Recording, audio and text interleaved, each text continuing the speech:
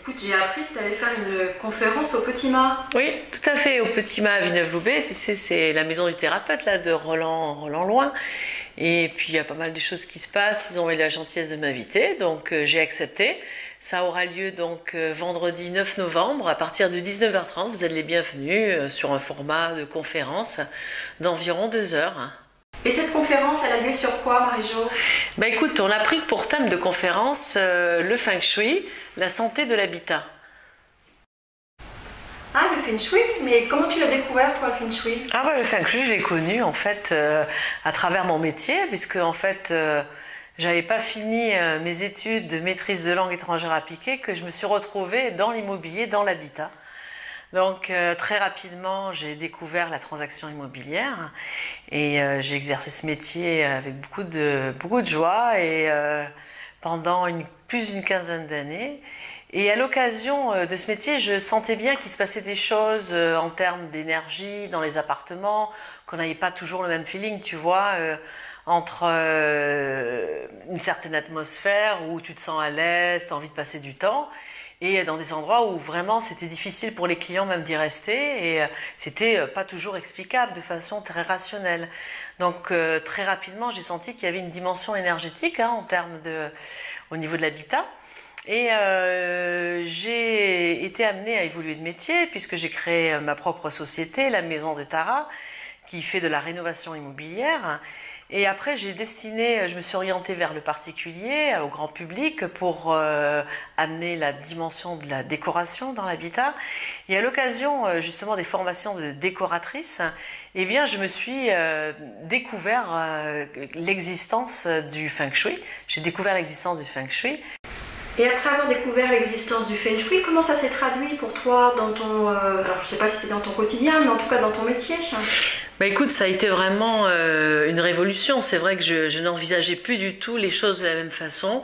Et à chaque fois que je démarrais une rénovation d'un habitat, je réfléchissais en termes de Feng Shui.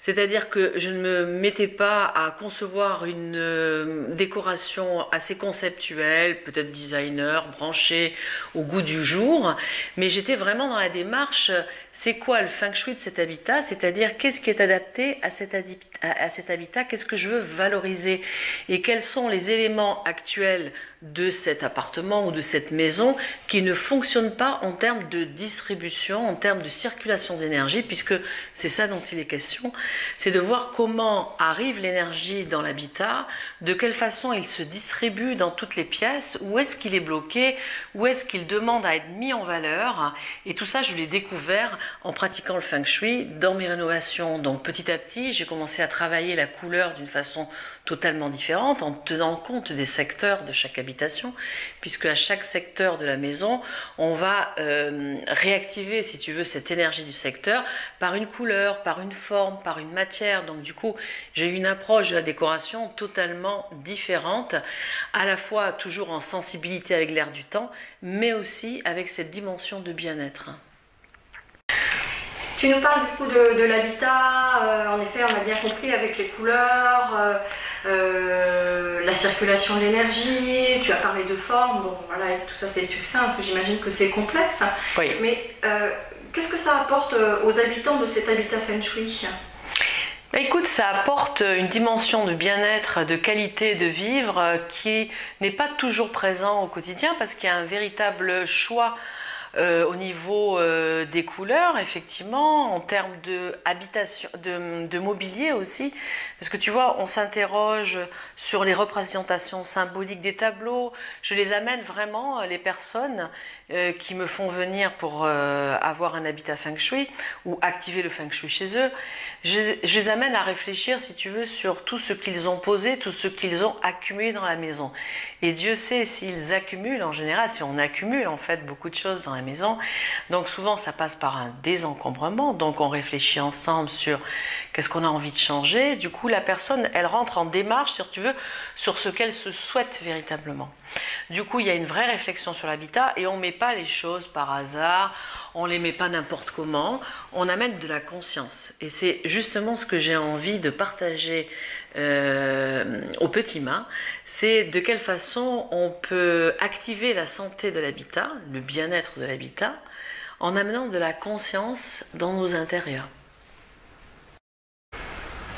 Et le travail que tu fais avec les habitants de cet habitat, il est spécifique à chaque fois? Comment ça se passe? Oui, il est spécifique à chaque fois parce que chaque lieu est unique et chaque personne est unique. En vertu de quoi? De leur date de naissance. Parce que figure-toi que grâce à la date de naissance, on peut définir des spécificités propres à chaque personne avec des orientations particulières, vraiment d'autres spécificités, puisque en fait, on va considérer dans un premier temps, tout de suite, c'est vraiment la géobiologie.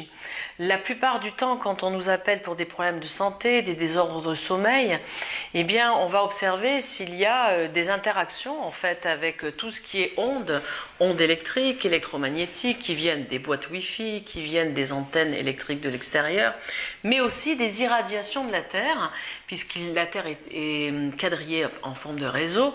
Vous avez peut-être entendu parler Hartmann et Curie. Donc, on a des mesures pour voir si on est dans une rencontre d'un réseau Hartmann ou Curie qui peut affecter la santé si on reste durablement sur un nœud, justement sur ce nœud énergétique. Il y a aussi des eaux souterraines qu'on va détecter à l'aide de différents instruments. Et puis il peut y avoir aussi des émanations énergétiques de différentes natures qu'on va peut-être amener à nettoyer, à purifier. C'est comme ça qu'on va purifier un habitat et particulièrement traiter une chambre pour la rendre vraiment la plus confortable et la plus saine possible.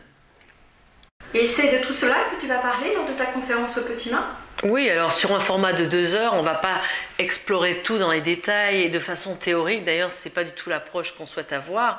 Mais ce qui me plaît vraiment, c'est que les gens puissent en 2 heures avoir déjà des éclairages sur comment fonctionnent les choses lorsque le Feng Shui est activé. C'est-à-dire qu'on commence à réfléchir et amener de la conscience sur les lieux où nous vivons. Que ce soit les lieux où nous vivons chez nous ou au travail d'ailleurs. C'est valable pour les commerces, c'est valable pour les hôtels, c'est valable pour chez soi. Il n'y a pas de lieu qui ne puisse pas être entre guillemets feng shuisé. Il y a des choses très simples déjà qui sont à activer et à laquelle il faut réfléchir et amener justement de la lumière. Donc c'est ce que je souhaite partager, c'est partager cette expérience en fait du feng shui et répondre à des questions qui viendront avec les personnes de la salle bien sûr. Bien, merci beaucoup Marie-Jo. Merci à toi, à bientôt. Au revoir.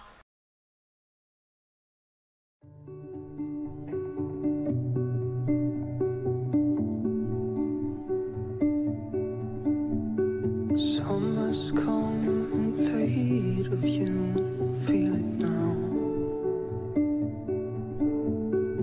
Done my best, so